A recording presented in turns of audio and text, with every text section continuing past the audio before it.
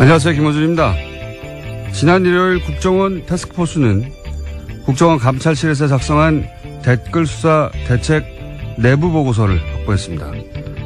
이 내부의 보고서에 따르면 댓글 수사 대처에 박근혜 정권의 명운이 걸렸으며 진상이 드러나면 국정원이 존폐 위기에 내몰릴 것이라고 자체 분석하고 있습니다. 국정원 스스로 자신들이 한 일이 박근혜 정권과 조직을 무너뜨릴 범죄라는 걸 스스로 잘 알고 있었던 거죠. 그런데 조중동은 최근 검찰의 무리한 수사, 참군인 김관진, 북한만 좋아할 국정원 흔들기 등등의 논리로 이 수사를 끊임없이 흔들려고 노력해 왔죠. 조중동은 왜 그러는 걸까? 이게 무슨 진보 보수의 문제도 아니고 시대의 과제도 아닌데 보수 정당이 이 수사를 정치 보복이라고 규정하는 건 동의하지는 않아도 이해는 갑니다. 자신들 집권 시절의 일이고 본인들 정치적 생존이 달렸으니까요. 그런데 조중동은 왜 그러는 걸까? 국정원 스스로도 문 닫을 정도의 범죄라는데 왜 그러는 걸까요? 아시는 분 있으십니까? 왜들 그러는지? 아, 궁금하다. 김호준의 궁금증이었습니다. 맞아요? 네, 궁금하다는 말씀이 너무 진심인 것 같아서요. 옆에서 웃었습니다. 아, 궁금해요, 저는. 예. 왜 그러는 걸까? 본인들이 정권을 직접 운영했다고 생각하는 걸까요? 참. 이게 무슨 자기들의 생존과 직접 연결된 것도 아닌데요. 예. 아, 궁금해요. 아시는 분 있으면은 저희들한테 문자 좀 보내주십시오. 왜냐하면은 본인들도 생각해보면 어렵다고 하는 그 언론고시 도 통과하고 우리나라의 제일 큰 매체사 아닙니까? 거기 들어가서 왜 그런 수준 낮은 주장을 뒷받침하기 위해서 자기 이름을 쓰는 건지. 예를 들어서 전직 국정원장 뭐 구속하면 김정은이 좋아한다. 굉장히 허접한 논리거든요. 아, 참. 그 말을 듣고 누군가, 와, 정말 그렇구나. 전직 국정원장들 구속하면 안 되겠구나. 말이 됩니까? 야, 이해하고 싶은데 이해가 저는 안 돼가지고. 네. 자, 전직 국정원장 구속 얘기 또 해볼까요? 네, 관련해서 계속해서 기사가 나오고 있는데요. 구속영장이 기각된 이병호 전 국정원장이 있습니다. 관련해서 법원의 영장실질심사에서 어떤 이야기를 했었는지가 좀 자세히 나오는데 채널A 보도에 따르면 이 전 원장은 국정원 특갈비 상납에 대해서 박근혜 전 대통령과 독대와 전화통화를 했다고 하면서요. 여기서 박근혜 전 대통령이 하던 대로 하세요라고 지시를 듣고 돈을 건넸다라고 주장하고 있다고 합니다. 그 법조인들은 네, 이게 이제 실질심사에 맞춘 전략이었던 게 아니겠는가. 검찰 조사에서는 이런 말 안 하다가 실질심사하는 중에 이제 이런 말들을 쏟아낸 거거든요. 예. 일종의 폭탄 발언을 했다라고 해당 보도는 보도하고 있습니다. 폭탄 발언까지는 아니고 그냥 어쨌든 검찰 조사에서 했을 법한 이야기를 안 하고 있다가 실질심사에서 해서 그 명분으로 그 이유로 풀려난 게 아니겠는가 이런 분석도 있는데 이건 이제 법적인 분석인 것이고, 검찰 내부에서는 뭐 또 다른 분위기가 있다고 또 보도도 나와요. 이게 우병우 전 수석과 관련된 게 아니냐. 네, 오늘 아침 한겨레 신문이 그렇게 보도하고 있습니다. 그런 의구심도 있다고 하는데, 왜냐면은 이제 우병우 전 수석하고 근무기간이 똑같고, 단순히 똑같은 게 아니라 우병우 전 수석과 이런 식으로 조금이라도 연관이 있으면 이때까지 우병우 전 수석 관련된 관련 영장들, 구속영장뿐만이 아니라 뭐 통신영장, 사실은 수사의 첫 발인데 누구랑 통화했는지를 알아야 될 거 아닙니까? 관계자들을 파악하기 위해서. 근데 이 통화 기록을 확인하려고 하는 그 영장도 다 기각됐었거든요. 예.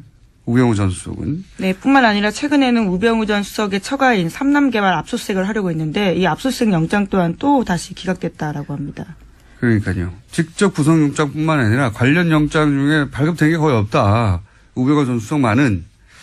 우병우 전 수석인데요. 이게 개인의 힘이 아니고 제가 보기에는 우병우 전 수석을 털게 되면 주변에 다친 사람이 많나 보다. 여전히 살아있는. 그렇게 의구심을 가진 분들이 있죠. 예. 그렇게 의심을 가져도 이상하지 않을 정도의 많은 영장들이 최근까지도 계속. 이 통신영장 같은 경우는 이제 우병호 전 수석이 관두고 나서 1년밖에 이제 보관 안 한다고 하잖아요. 관두고 나서 그 이후 통화 기록들을 다 확인할 수가 없죠. 네, 이미 10월 말이 지났기 때문에 관련된 통화 기록은 영구하게 볼 수 없다라는 게 검찰 관계자의 발언인데요. 참 이상한 일입니다. 네. 자, 어쨌든 이병우 전 국정원장이 입을 연 것은 영장 실질심사에 들어가서 입을 열었다. 예, 이게 법조인들은 이게 전략이었지 않느냐 하는데 검찰의 분위기는 다르다 그런 얘기고요. 예, 다음 순요. 네, 계속해서 국정원 특활비 관련된 소식 전해드리면요. 검찰은 국정원의 특활비 사용처 등이 기재된 회계장부를 확보했다라고 합니다. 이 가운데 이병기 전 원장 시절 장부에는 최경환 1억 원이라고 적혀 있는데요. 이 전 원장 쪽은 2014년 10월 달에 1억 원을 최경환 의원한테 전달했다라는 자수서를 검찰에 제출했다라고 합니다. 최경환 의원은 이제 본인은 받지 않았다고 주장하고 있고요. 심지어 할복 자살까지 운운하면서요. 자신의 무죄를 주장하고 있습니다. 할복 자살 방지를 위해서 신병을 확보해야 한다고. 네, 정의당이 그런 논평을 냈었는데요. 인권 측면에서의 논평이죠. 예. 재밌는 논평이었어요. 아마 배달 사고 뭐 이런 걸 주장하겠지. 본인은 받은 적이 없다고까지 할 것 같고. 그리고 이제 여기서 40억 원 정도를 추려낸 것이고 그거 말고 추가 30억 원이 더 있다는 거 아닙니까? 지금? 네, 장부가 확보됐기 때문에요. 그와 관련된 수사도 계속 진행 중이라고 합니다. 그러니까 이제 박근혜 전 대통령이 받았다는 40억 말고 30억이 또 비는데 이 40억에 대해서는 국정원장 3명 모두 박근혜 전 대통령이 달라고 해서 줬다는 거고 이 30억에 대해서는 동시에 3명 다 함구하고 있어요. 예. 그렇다는 얘기는 40억은 박근혜 전 대통령한테 책임을 넘기면 된다고 생각하는 거고 이 30억은 국정원장 본인들의 책임하에 뭔가 쓰여진 돈이다. 이렇게 추정할 수는 있죠. 예. 30억이 더 있습니다. 예. 다음 뉴스는요. 네, 뿐만 아니라 박근혜 정부뿐만 아니라요. 이명박 정부 당시에도 특수활동비가 청와대에 상납된 사실에 대해서 오늘 아침에 한국일보가 보도했는데요. 이명박 정부 시절 민간인 불법 사찰을 폭로했던 장진수 전 주무관의 또 다른 폭로입니다. 자신이 2009년 7월 달에 국무총리실 공직윤리지원관실에서 처음 출근했는데 이때 특수활동비를 청와대에 상납해달라라는 요청을 받았다라는 겁니다. 그래서 실제로 1년 동안 꼬박꼬박 상납했다라고 합니다. 장진수 전 주무관 오랜만에 이름 듣네요. 예. 이게 이제 벌써 8년 전입니까? 9년 전입니까? 그때 일이라. 네, 2009년. 예. 그때 일이라 기억이 가물가물하실 텐데 이분이 누구냐면 이명박 정부 하에 국무총리실에서 민간인을 사찰했다라고 폭로했던 분이죠. 폭로했던 분인데 그때 첫 번째 사찰 대상이 언론이었어요. 이분의 폭로에 따르면. 이 국무총리실, 그러니까 국정원하고 별개로, 혹은 뭐 청와대하고 별개로, 청와대 지시로 국무총리실 산하에 소위 사찰 기구를 만들어 놓고, 당시가 이제 집권 3개월 만에 촛불 집회가 났잖아요. 그래서 촛불 집회 사과 발언하고 나서 한 달 후에 사찰 조직을 만들어서 맨 먼저 청와대 지시에서 했던 일이 언론사 기자들을 다 사찰하고 그리고 나서 이제 뭐 YTN이 방송국 간부들하고 와장창 교체했죠. 예. 그때 그 사찰을 폭로했던 분입니다. 근데 이분의 최근 폭로는 국무총리실에서도 국정원 말고 국무총리실에서도 청와대에 상납을 했다. 뭐 특활비를. 심지어 그 돈으로 아예 고용되어 있지도 않은 전직 경찰관한테 월급을 줬다라는 건데요. 그런 불법적인 사찰 업무에도 돈이 다 쓰였다라는 사실을 폭로하고 있습니다. 정식 고용하지 않고 사찰 용도로 누군가를 쓰고 급여를 이 돈으로 줬다 뭐 이런 거죠. 예. 네. 이명박 정부 내에서도 이제 특활비 관련 내용들이 더 나오겠네요, 앞으로. 예. 네, 굉장히 구체적으로 진술하고 있어서요. 돈을 얼마를 어떻게 줬는지 방법까지 또 자세하게 이야기하고 있기 때문에 이 부분 또한 들여다볼 수밖에 없을 것 같습니다. 본인이 전달했다니까요. 뭐 정확하게 기억하겠죠. 자, 다음 뉴스는요. 네, 2008년 특검 당시 다스 비자금 문제 처리에서 이명박 전 대통령이 개입했다라는 의혹을 제기한 다스 관계자가 모습을 드러냈습니다. 다스 당시 경리팀장이었던 최동영 씨인데요. 실명으로 JTBC와 인터뷰를 했습니다. 2008년 BBK 의혹을 수사했던 정호연 특검 당시에 대한 이야기를 한 건데요. 당시에 이명박 전 대통령이 다스의 실제 주인이라고 생각했지만 그렇게 말하지 못했다라는 겁니다. 또 뿐만 아니라 당시에 이명박 전 대통령에게 다스 경영 보고서를 따로 보냈다라는 사실도 이야기했습니다. 이건 말이죠. 사실은 주진우 기자하고 잠시 후에 좀 더 자세히 얘기 나눠보겠는데 이게 이 발언이 격리팀장에서 나왔다는 게 중요합니다. 예. 돈을 관리하고 있던 격리팀장이 돈 쓰는 걸 보면 알잖아요. 예. 돈을 관리하는 사람, 돈의 주인이 실제 주인이거든요. 예. 이 격리팀장이 당연히 이제 다스는 이명박 전 대통령 거였는데 특검 때는 말을 못했다는 거 하나 하고 그다음에 당시 비자금도 만들어지고 있었다. 네, 손익에 짜맞춰서 해마다 비자금 의심되는 수십억 원 돈 사라졌다라면서요. 자기도 몰랐다라는 겁니다. 격리팀장인데도요. 그리고 또 한 가지는 이제 이명박 전 대통령에게 연말이면 다스 경영 보고서를 따로 올렸다. 이 얘기도 있고. 예. 저희가 한 2달 반 동안 얘기했던 거하고 맥이 닿는 이야기인데 대통령이 된 이후로도 사실 다스와 관련된 보고가 계속 올라갔다고 주식이 한 푼도 없으면서 하나도 없으면서 그런 얘기를 하는 주진 기자 해왔는데, 예. 이제 다스 내부에, 제보자라고 부를 수 있겠네요. 이제 실명까지 거론하는 격리팀장 최동영 씨가 다스는 이명박 전 대통령 거다. 근거는 이러이러하다. 라고 주장하고 있습니다. 머지 않은 것 같아요. 예. 빙산의 절반은 나왔고, 나머지 절반은 빠른 속도로 올라오지 않을까. 예. 다스는 누구 겁니까? 이제 그 답이 나오지 않을까 싶습니다. 다음 뉴스는요? 네, 5.18 민주화 운동 당시 또 보도도 있습니다. SBS가 어제 보도했는데요. 5.18 민주화 운동 당시에 헬기 사격이 있었다라고 증언한 사람 가운데 당시 광주에서 선교 활동했던 미국인 목사도 있었습니다. 그런데 전두환 전 대통령이 이 목사의 증언에 강력하게 대응하라라고 지시한 내부 문건이 나왔다라는 건데요. 1995년, 그러니까 5.18 관련된 검찰 수사가 진행 중이던 때 미국인 피터슨 목사가 검찰에 출석해서 당시 광주에서 헬기 사격을 목격했다라는 이야기를 했고요. 또 증거물도 제출했습니다. 헬기 사진이었는데요. 이에 대해서 전두환 전 대통령 쪽은 고소를 추진할 정도로 화를 냈다라는 겁니다. 저도 기사 봤는데, 예. 이건 우선 헬기 사격 여부는 끝까지 추적을 해야죠. 예. 전두환 씨가 아직도 5.18에 대해서 이런저런 얘기하는데 다시는 5.18 관련해서 북한의 공작이라느니 아직도 그런 얘기 하는 사람 있지 않습니까? 예. TV조선에서도 그 얘기를 불과 몇 년 전에 했고요.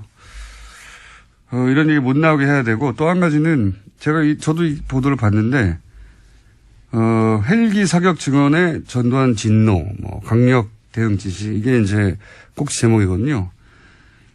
이 진노 이런 거는 이제 성경에 하나님이 화낼 때 쓰는 거예요. 예. 부당한 일이 발생해서 크게 화를 내는 어떤 정당한 분노, 예, 높은 존재, 노인들, 할아버지가 진노하셨다 이럴 때 쓰는 거거든요. 이건 그냥 전두환 빡침. 이 정도가 맞는 거지. 단어 선택을 잘해야 된다. 진노 아니고요. 예. 네. 신경질을 냈다, 화를 냈다. 네, 예. 차마 보도에 그 단어를 쓸 수가 없어서 그랬던 것 같긴 한데. 그렇다 하더라도 진노가 뭡니까? 네. 예. 동의합니다. 진노할 주체도 아니지만 대상도 아닌 뉘앙스 잘못 사용된 단어 같습니다. 자, 다음 뉴스는요? 네, 류여의 자유한국당 최고위원이 포항 지진은 하늘이 문재인 정부에 주는 경고다라는 발언을 해서 논란이 일고 있습니다. 여당에서는 부적절한 발언이라면서 류 최고위원의 사퇴를 요구하고 있고요. 류 최고위원 쪽은 일부 발언이 왜곡돼 전달됐다면서 반발하고 있습니다. 한번 들어볼까요? 이번 포항 지진에 대한 문 정부에 대한 하늘이 준엄한 경고 그리고 천심이라고 하는 지적들이 나오고 있습니다. 이게 이제 검색어가 한 연이틀 정도 계속해서 관련 검색어 올라왔었는데 본인이 해명을 했죠.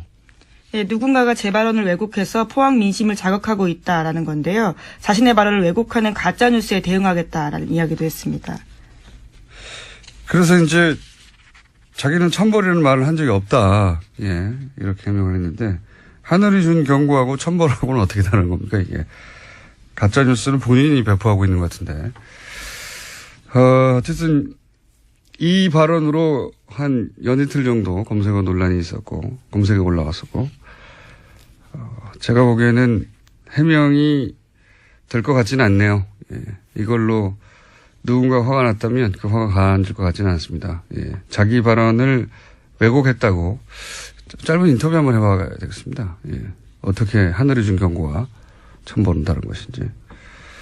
그런 일이 있었습니다. 네, 다음 순요. 네, 계속해서 포항 이야기 좀 전해드리면요. 포항에서도 계속 여진 일어나고 있습니다. 오늘 오전 6시 5분쯤에도 경북 포항에서 규모 3.6 지진이 발생했는데요.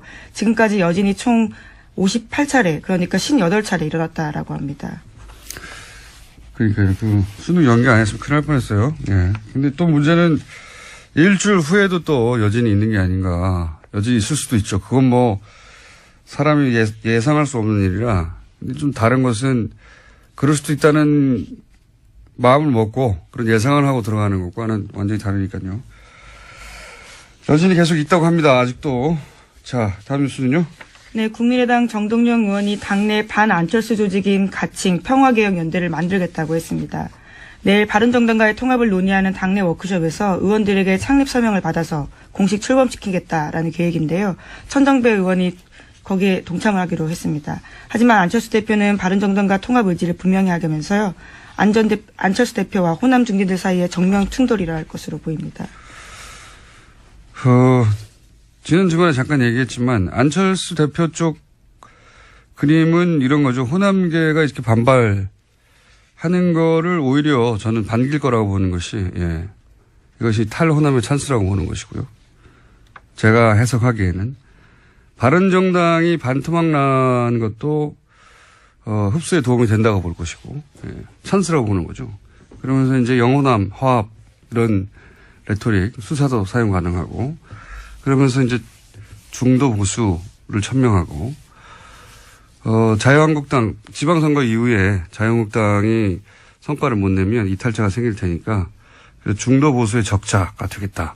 뭐 이런 그림인 것 같고 유승민 대표도 국민의당과 먼저 합치고 호남기 밀어내고 지방선거 이후에 자유한국당 이탈하면 자신은 새로운 합리적 보수의 적자 뭐 이런 그림인 것 같고요. 비슷한데 차이가 있다면 안철수 대표는 바른정당을 탈호남 중도 보수로 변신하는 도구로 쓰겠다는 거죠.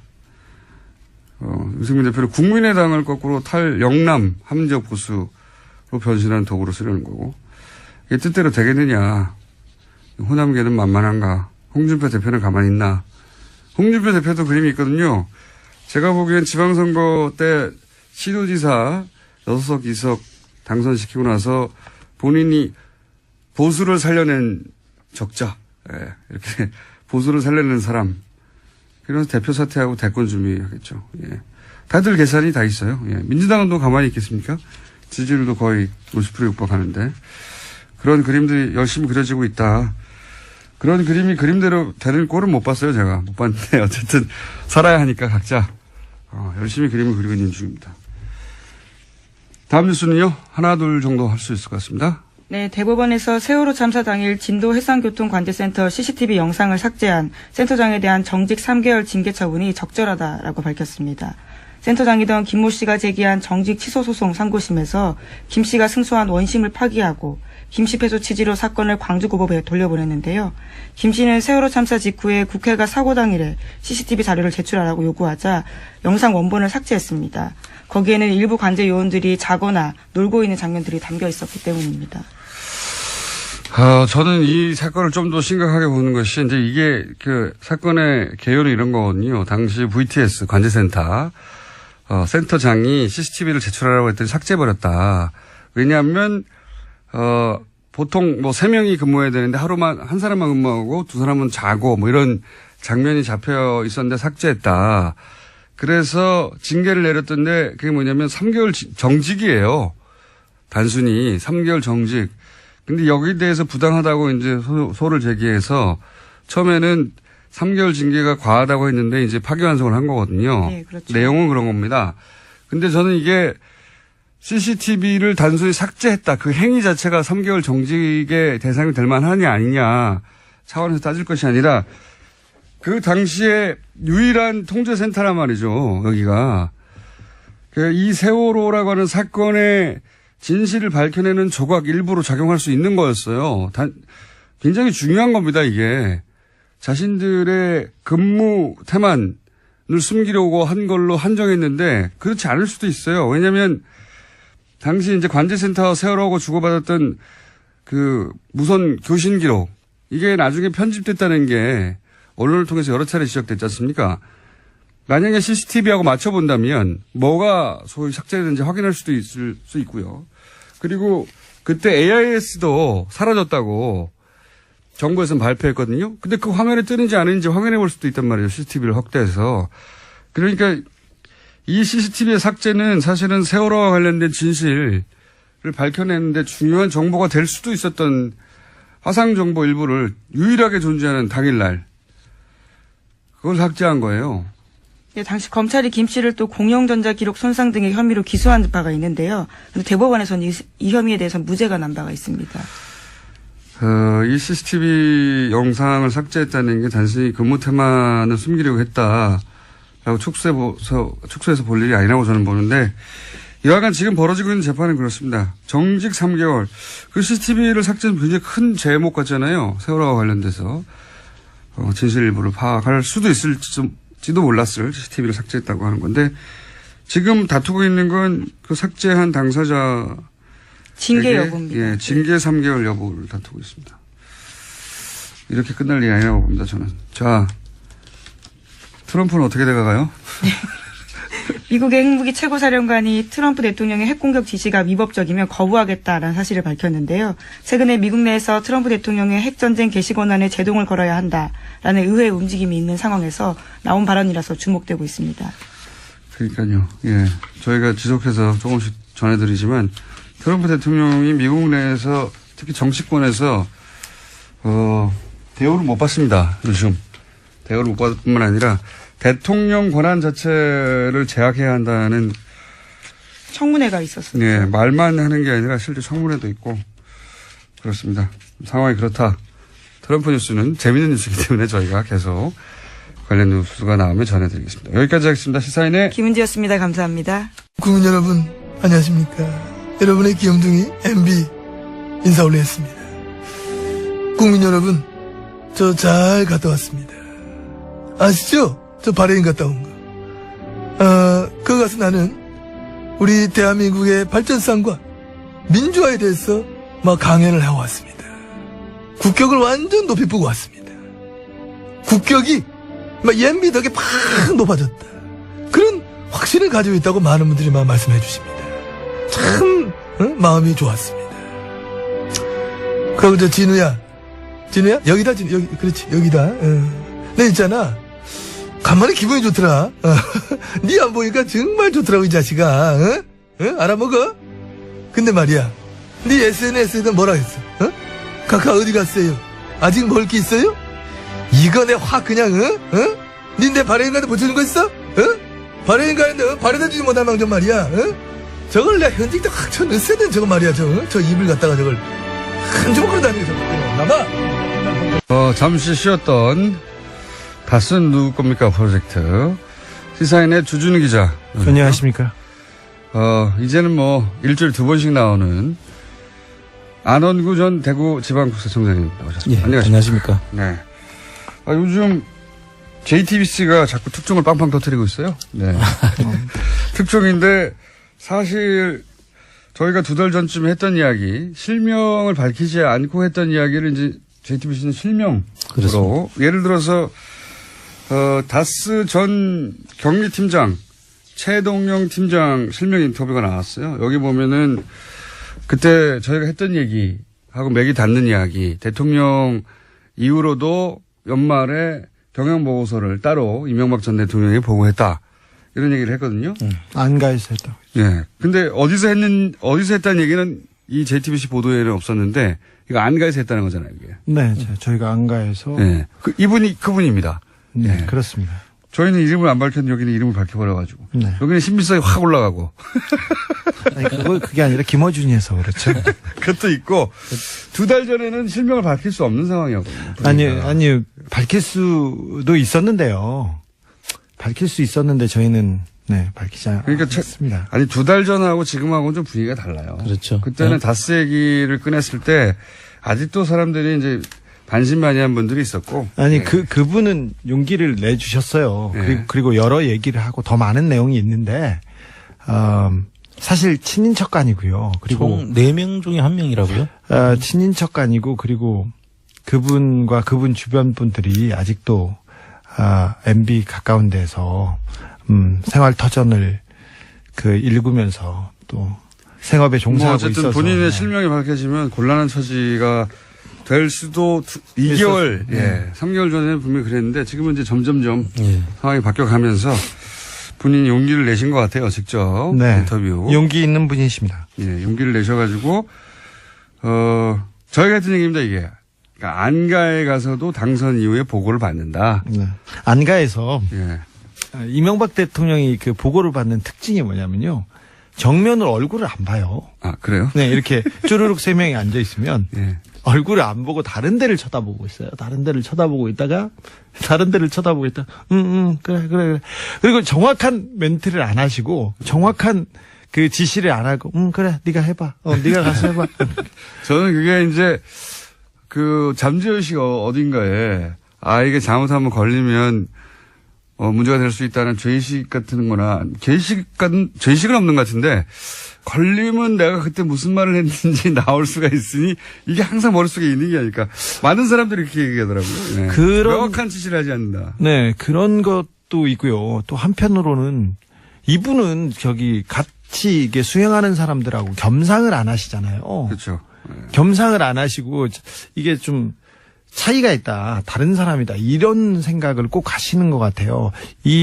이명박 대통령이 전에 재벌가, 그러니까 현대가에서 머슴으로 살았다는 얘기를 몇 번 하면서 자기가 가지고 있는 그런 의식적 괴리 이런 것 때문에 그렇지 않을까 또 좀 생각해 봅니다. 하여튼 보고받았을 때 디테일 설명을 받았다는 얘기를 하는 거죠. 네.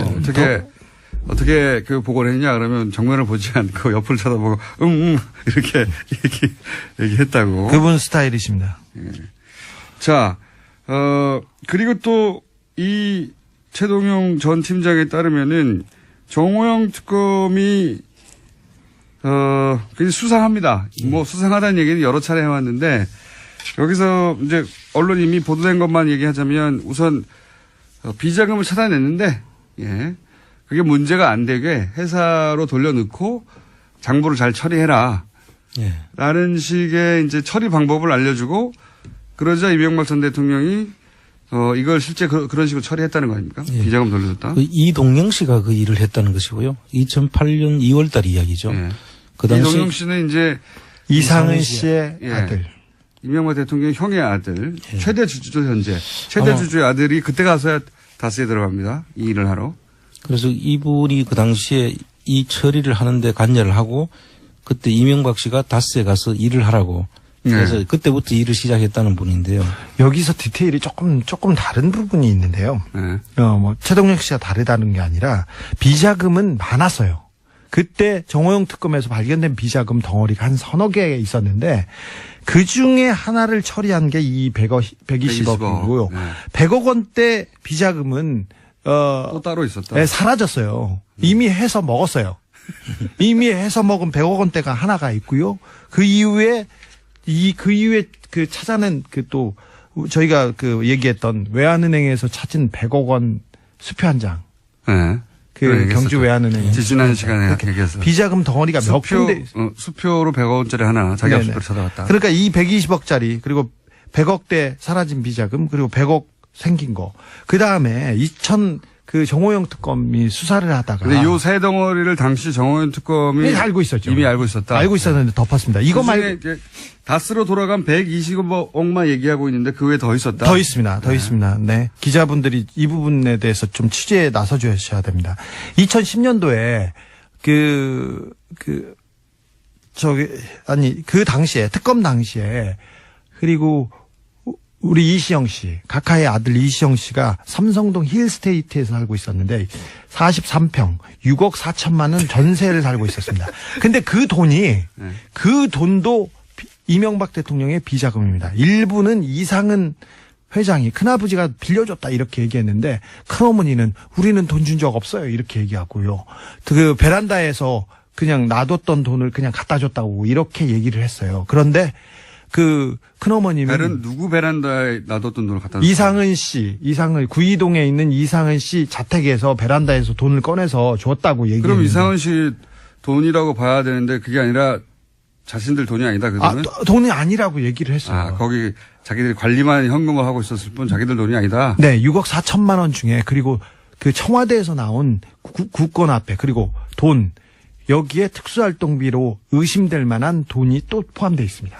그때 내곡동 사저에도 그런 지금 스토리가 지금 있는데. 내곡동 사저를 그 내곡동 사저를 이시영 씨가 천천히 좀 말 더듬지 말고. 너무 많아서요. 비자금 덩어리가 너무 많아서 지금. 아니, 빨리 말하는 건 좋은데 네. 빨리 말하면 더듬거든요. 죄송해요. 더듬이에요. 자, 그리고 내곡동 땅 기억하시죠? 잠깐만 정리하고. 자, 당시 힐스테이트 네. 이시영 씨, 이명박 전 대통령의 아들 이시영 씨가 거주하던 힐스테이트 몇 네. 평? 43평. 43평 얼마? 전세 자금 6억 4천만 원. 전세 자금 6억 4천. 대치동에 있는 모 공인중개사에서 돈을 한 번에 냈습니다. 한 번에 냈는데 이 6억 4천이 이명박 전 대통령의 비자금 일부. 네. 그리고 이상은 회장이 관리하고 있던 현금 일부. 네. 그리고 특활비 일부가 섞여 있을 가능성이 있다. 그렇죠. 그 중에 확실한 거는 뭡니까? 이상은 씨가 관리하고 있던 현금과 비자금 일부일 가능성이 아주 높다. 네. 근데 그 특검에서 이상은 그 회장은 이분은 조사를 제대로 안 하고요.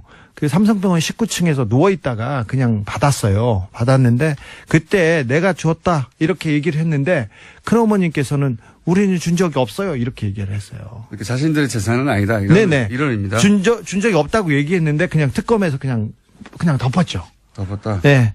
이거 말고 차후에 내곡동 땅이 드러나고 내곡동 특검에서도 이시영 씨가 돈을 내는데 그 돈도 청와대에서 온 비자금입니다. 그러니까 그때 해명을 이렇게 했죠.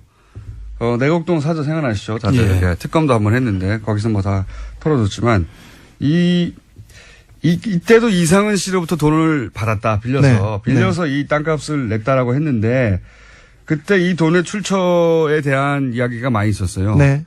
근데 여기에 이 청와대 특활비 일부가 들어간 게 아니냐? 네, 그렇습니다. 이상은 씨가 관리하고 있던 비자금과. 네네. 2008년에 이시영 씨가 재산 등록 신청을 했어요. 네. 근데 그때 이시영 씨가 가지고 있던 돈은 3,852만 원이 전체예요. 근데 이명박 대통령과 김윤옥 여사도 재산 신고를 하지 않습니까? 근데 그 재산에서는 돈이 한 푼도 변화하지 않았고 이시영 씨한테 갔다고 신고하지도 않았어요. 그러니까 이거는 다 비자금입니다. 그래서 이상은 씨한테 빌렸다고 한 거 아니에요? 그때 그랬습니다. 설명을. 네. 그런데 정호영 특검이나 그 특검에서는 그 내역을 다 쳐다봤겠죠. 그런데 이 비자금 덩어리가 지금 벌써 나온 비자금 덩어리가 세계회와 힐스테이트 여기에서도 두 덩어리 정도 다른 데서 돈이 왔기 때문에 몇 덩어리가 보이는데 이거에 대해서는 특검은 전혀 그 문제 제기하지 않고 덮었죠. 당시 정호연 특검은 지금은 그때 소위 출처가 밝혀지지 않은 비자금에 관한 얘기를 하고 있는 거고요. 예. 네. 이제 주진우 기자의 이야기는 지금 계속 거론되는 120억 말고 덩어리가 큰 게 2개 더 있었다. 네. 그리고 그 외에도 이시영 씨, 이명박 대통령의 아들이 구입이 아니라 살기 위해서 전세금을 지출한다든가 혹은 뭐 내곡동 땅 사저를 구입한다든가 할 때 사용됐던 돈들도 비자금 플러스 특활비의 가능성도 있다. 이런 얘기고요. 그 얘기도 그 외에 특검이 또 털어준 게 있잖아요. 좀 많습니다. 지금 그 당시에 2008년 2월 달인데요. 그 검찰에서 두 번 그 도곡동 땅 수사를 하고 2007년 12월 달에 또 그 BBK 수사를 해서 또 BBK 수사를 결론을 내주지 않습니까? 도곡동 땅에 대해서는 제3자 그렇지, 제3자. 도곡동땅은 제3자다. BBK는 이명박 씨는 관련 없다. 네. 이렇게 해주고. 잠깐만. 제3자는 무슨 의미냐면 제3자는 이명박이라는 의미였죠. 그런데 원래 도곡동 땅은 이상은 씨와 김재정 씨, 그러니까 처남과 형의 땅이라고 주장하고 있었거든요. 예, 등기부상이 그래 돼 있어요. 예, 그런데 이상은 씨께 아니고 검찰이 처음 이제 수사 발표할 때는 제3자다. 네. 그러니까 주장과 다르게 형께 아니다. 제3자다. 이게 이제 이명박 전 대통령을 의미하는 거였거든요. 그때는. 그렇죠. 네. 예. 등기상의 명의가 그 사람들로 돼 있었는데 그 자체를 아니다고 했으니까 네. 그 제3자를 밝히면 됐었던 거죠. 그렇죠. 그런데 그때만 해도 그 박근혜 씨와 이명박 씨가 첨예하게 이제 경쟁 관계, 당내에서 경쟁 그때는 관계. 대통령이 아닐 때고 그러니까 대통령이 아닐 때는 이명박 전 대통령을 의미하는 제3자 땅이 맞는 것 같다고 했다가 검찰이 대통령이 당선되자 바꾸죠, 이게. 그렇죠. 특검을 통해서. 그래서 두 사람 눈치를 보다가 그렇게 결론을 내고 그다음에 좀 더 대담해지는 것이 BBK 수사죠. 네. BBK 수사 결과는 대통령이 그 선거를 한 보름 앞둔 시점에 발표를 하거든요.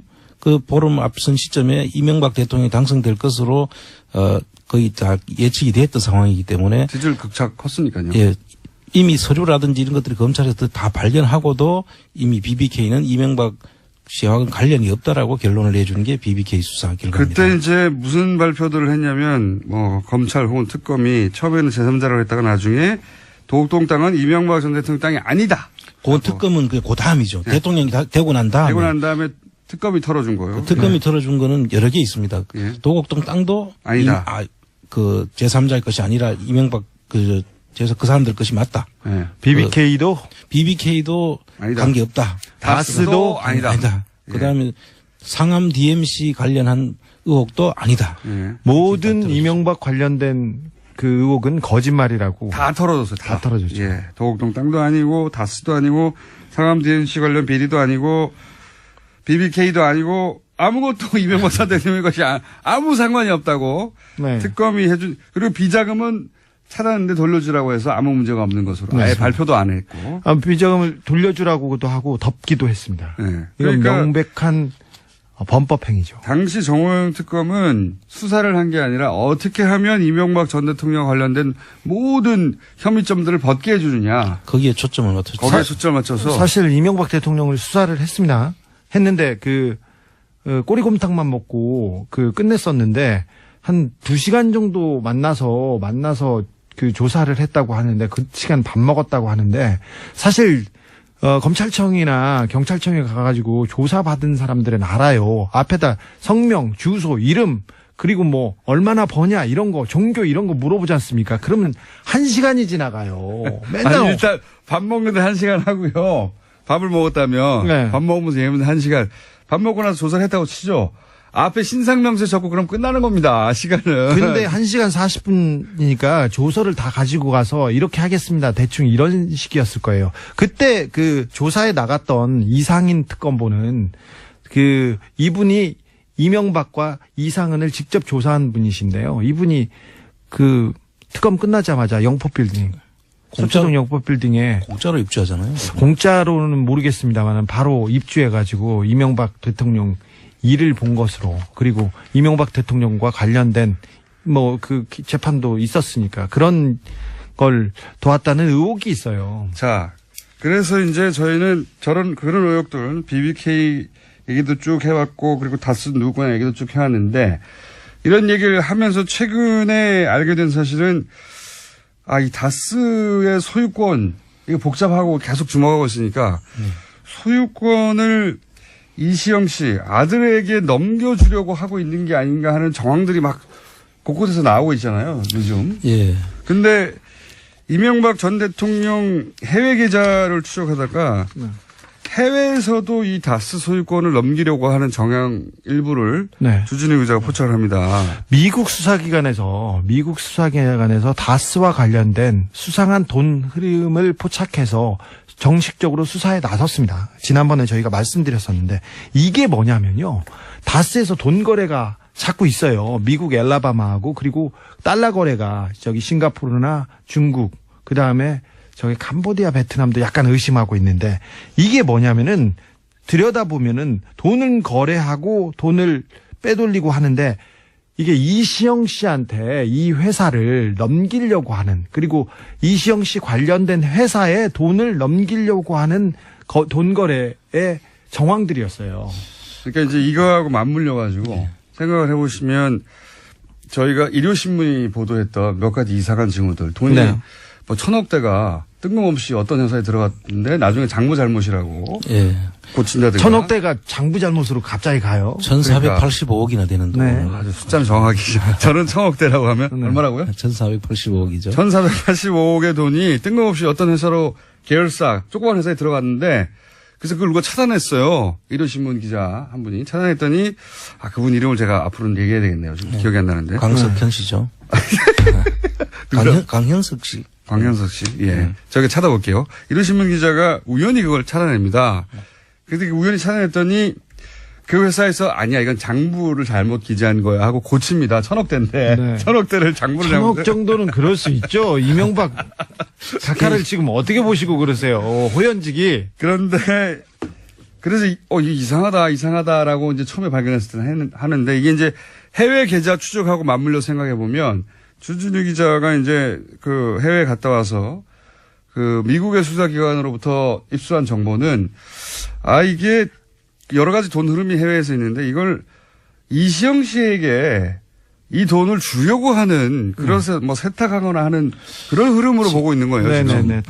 회사를 건네려고. 다음에 하는 이건 그런. 전반적으로 한번 다시 정리를 한번 해야 되는데요. 네. 지금 그 자금들이 흘러가는 과정들을 보면 주로 대기업들이 해외에 돈을 투자를 하고 투자 실패를 하고 거기서 검은머리 외국인이나 이쪽에서 그 지정한 사람의 명의로 회사가 넘어가는 경우가 있고요. 네.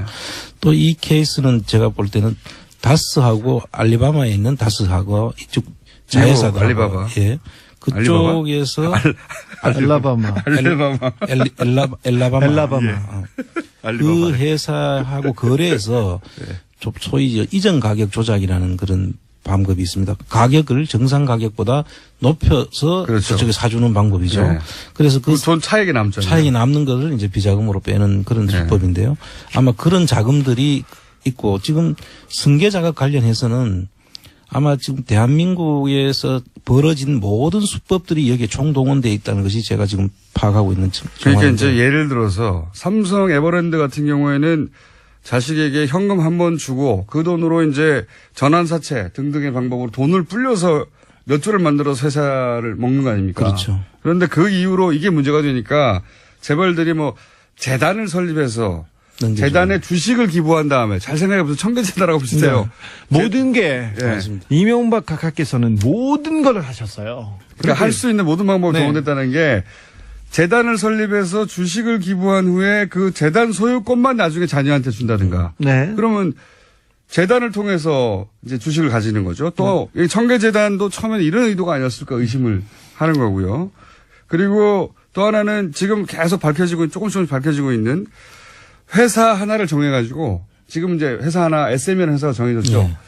아들이 그 회사를 소유하게 한 다음에 그 회사한테 계속 일감도 몰아주고 일도 다투면 됩니다. 그걸로. 그렇죠. 인수합병 해가지고 계속 아들의 조그만 회사를 계속 키우는 거죠. 네. 그런 다음에 이 회사가 나중에 본사를 먹는 거죠. 그렇죠. 그리고 미국, 중국, 인도, 체코 해외 법인이 있는데 해외 법인의 덩치를 계속 키우고 있습니다. 근데 그 해외 법인의 주인이 하나씩 둘씩 이시영 씨한테 넘어가고 있습니다. 그러니까요. 지금 다스를 하도 들여다보고 있으니까 어떻게 넘겨줄 것인지 지금 이 부분은 고민하다가 전반적인 정리를 한번 다시 해서 우리 국민들이 쉽게 알 수 있도록 제가 한번 정리를 해드리겠습니다. 금요일 날까지 정리하시겠습니까? 네. 다스가 넘어가고 있다. 이겁니다, 현재. 안원구 청장 조준희 기자였습니다. 끝났어요? 아니 이제 얘기를 하려면 끝내면 어떡해. 의구심을 가진 분들이 있죠. 예. 그렇게 의구심을 가져도 이상하지 않을 정도의 많은 영장들이 최근까지도 계속. 이 통신영장 같은 경우는 이제 우병호 전 수석이 관두고 나서 1년밖에 이제 보관 안 한다고 하잖아요. 관두고 나서 그 이후 통화 기록들을 다 확인할 수가 없죠. 네, 이제. 이미 10월 말이 지났기 때문에 관련된 네. 통화 기록은 영구하게 볼 수 없다라는 게 검찰 관계자의 발언인데요. 참 이상한 일입니다. 네. 자, 어쨌든 이병우 전 국정원장이 입을 연 것은 영장 실질심사에 들어가서 입을 열었다. 예, 이게 법조인들은, 이게 전략이었지 않느냐 하는데, 검찰의 분위기는 다르다. 그런 얘기고요. 예, 다음 순요. 네, 계속해서 국정원 특활비 관련된 소식 전해드리면요. 검찰은 국정원의 특활비 사용처 등이 기재된 회계장부를 확보했다라고 합니다. 이 가운데 이병기 전 원장 시절 장부에는 최경환 1억 원이라고 적혀 있는데요. 이 전 원장 쪽은 2014년 10월 달에 1억 원을 최경환 의원한테 전달했다라는 자수서를 검찰에 제출했다라고 합니다. 최경환 의원은 이제 본인은 받지 않았다고 주장하고 있고요. 심지어 할복 자살까지 운운하면서요. 자신의 무죄를 주장하고 있습니다. 할복 자살 방지를 위해서 신병을 확보해야 한다고. 네, 정의당이 그런 논평을 냈었는데요. 인권 측면에서의 논평이죠. 예. 재밌는 논평이었어요. 아마 배달 사고 뭐 이런 걸 주장하겠지. 본인은 받은 적이 없다고까지 할 것 같고. 그리고 이제 여기서 40억 원 정도를 출연한 것이고 그거 말고 추가 30억 원이 더 있다는 거 아닙니까? 지금? 네, 장부가 확보됐기 때문에요. 그와 관련된 수사도 계속 진행 중이라고 합니다. 그러니까 이제 박근혜 전 대통령이 받았다는 40억 말고 30억이 또 비는데 이 40억에 대해서는 국정원장 3명 모두 박근혜 전 대통령이 달라고 줬다는 거고 이 30억에 대해서는 동시에 3명 다 함구하고 있어요. 예. 그렇다는 얘기는 40억은 박근혜 전 대통령한테 책임을 넘기면 된다고 생각하는 거고 이 30억은 국정원장 본인들의 책임하에 뭔가 쓰여진 돈이다. 이렇게 추정할 수는 있죠. 예. 30억이 더 있습니다. 예. 다음 뉴스는요. 네, 뿐만 아니라 박근혜 정부뿐만 아니라요. 이명박 정부 당시에도 특수활동비가 청와대에 상납된 사실에 대해 말이 됩니까? 야, 이해하고 싶은데 이해가 저는 안 돼가지고. 예. 자, 전직 국정원장 구속 얘기 또 해볼까요? 네, 관련해서 계속해서 기사가 나오고 있는데요. 구속영장이 기각된 이병호 전 국정원장이 있습니다. 관련해서 법원의 영장실질심사에서 어떤 이야기를 했었는지가 좀 자세히 나오는데 채널A 보도에 따르면 이 전 원장은 국정원 특활비 상납에 대해서 박근혜 전 대통령과 독대와 전화통화를 했다고 하면서요. 여기서 박근혜 전 대통령이 하던 대로 하세요라고 지시를 듣고 돈을 건넸다라고 주장하고 있다고 합니다. 그 법조인들은 이게 이제 실질심사에 맞춘 전략이었던 게 아니겠는가. 검찰 조사에서는 이런 말 안 하다가 실질심사하는 중에 이제 이런 말들을 쏟아낸 거거든요. 예. 일종의 폭탄 발언을 했다라고 해당 보도는 보도하고 있습니다. 폭탄 발언까지는 아니고 그냥 어쨌든 검찰 조사에서 했을 법한 이야기를 안 하고 있다가 실질심사에서 해서 그 명분으로 그 이유로 풀려난 게 아니겠는가 이런 분석도 있는데, 이건 이제 법적인 분석인 것이고, 검찰 내부에서는 뭐 또 다른 분위기가 있다고 또 보도도 나와요. 이게 우병우 전 수석과 관련된 게 아니냐. 네, 오늘 아침 한겨레 신문이 그렇게 보도하고 있습니다. 그런 의구심도 있다고 하는데, 왜냐면은 이제 우병우 전 수석하고 근무기간이 똑같고, 단순히 똑같은 게 아니라 우병우 전 수석과 이런 식으로 조금이라도 연관이 있으면 이때까지 우병우 전 수석 관련 영장들, 구속영장뿐만이 아니라 뭐 통신영장, 사실은 수사의 첫 발인데 누구랑 통화했는지를 알아야 될 거 아닙니까? 관계자들을 파악하기 위해서. 근데 이 통화 기록을 확인하려고 하는 그 영장도 다 기각됐었거든요. 예. 우병우 전 수석은. 네, 뿐만 아니라 최근에는 우병우 전 수석의 처가인 삼남개발 압수수색을 하려고 했는데 이 압수수색 영장 또한 또 다시 기각됐다라고 합니다. 그러니까요. 직접 구속영장뿐만 아니라 관련 영장 중에 발급된 게 거의 없다. 우병우 전 수석만은. 우병우 전 수석인데요. 이게 개인의 힘이 아니고 제가 보기에는 우병우 전 수석을 털게 되면 주변에 다친 사람이 많나 보다. 여전히. 살아있는. 그렇게. 그래서 오늘 아침에 한국일보가 보도했는데요. 이명박 정부 시절 민간인 불법 사찰을 폭로했던 장진수 전 주무관의 또 다른 폭로입니다. 자신이 2009년 7월 달에 국무총리실 공직윤리지원관실에서 처음 출근했는데 이때 특수활동비를 청와대에 상납해달라라는 요청을 받았다라는 겁니다. 그래서 실제로 1년 동안 꼬박꼬박 상납했다라고 합니다. 장진수 전 주무관. 오랜만에 이름 듣네요. 예. 이게 이제 벌써 8년 전입니까? 9년 전입니까? 그때 일이라. 네, 2009년. 예. 그때 일이라 기억이 가물가물하실 텐데 이분이 누구냐면 이명박 정부 하에 국무총리실에서 민간인을 사찰했다. 라고 폭로했던 분이죠. 폭로했던 분인데, 그때 첫 번째 사찰 대상이 언론이었어요. 이분의 폭로에 따르면. 이 국무총리실, 그러니까 국정원하고 별개로, 혹은 뭐 청와대하고 별개로, 청와대 지시로 국무총리실 산하에 소위 사찰 기구를 만들어 놓고, 당시가 이제 집권 3개월 만에 촛불 집회가 났잖아요. 그래서 촛불 집회 사과 발언하고 나서 한 달 후에 사찰 조직을 만들어서 맨 먼저 청와대 지시에서 했던 일이 언론사 기자들을 다 사찰하고 그리고 나서 이제 뭐 YTN이 방송국, 간부들하고 와장창 교체했죠. 예. 그때 그 사찰을 폭로했던 분입니다. 근데 이분의 최근 폭로는 국무총리실에서도 국정원 말고 국무총리실에서도 청와대에 상납을 했다. 뭐 특활비를.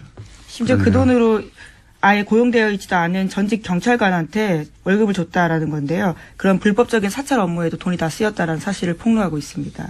정식 고용하지 않고 사찰 용도로 누군가를 쓰고 급여를 이 돈으로 줬다 뭐 이런 거죠. 예. 네.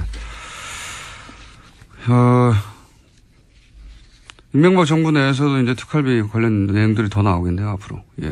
네, 굉장히 구체적으로 진술하고 있어서요. 돈을 얼마를 어떻게 줬는지 방법까지 또 자세하게 이야기하고 있기 때문에 이 부분 또한 들여다볼 수밖에 없을 것 같습니다. 본인이 전달했다니까요. 뭐 정확하게 기억하겠죠.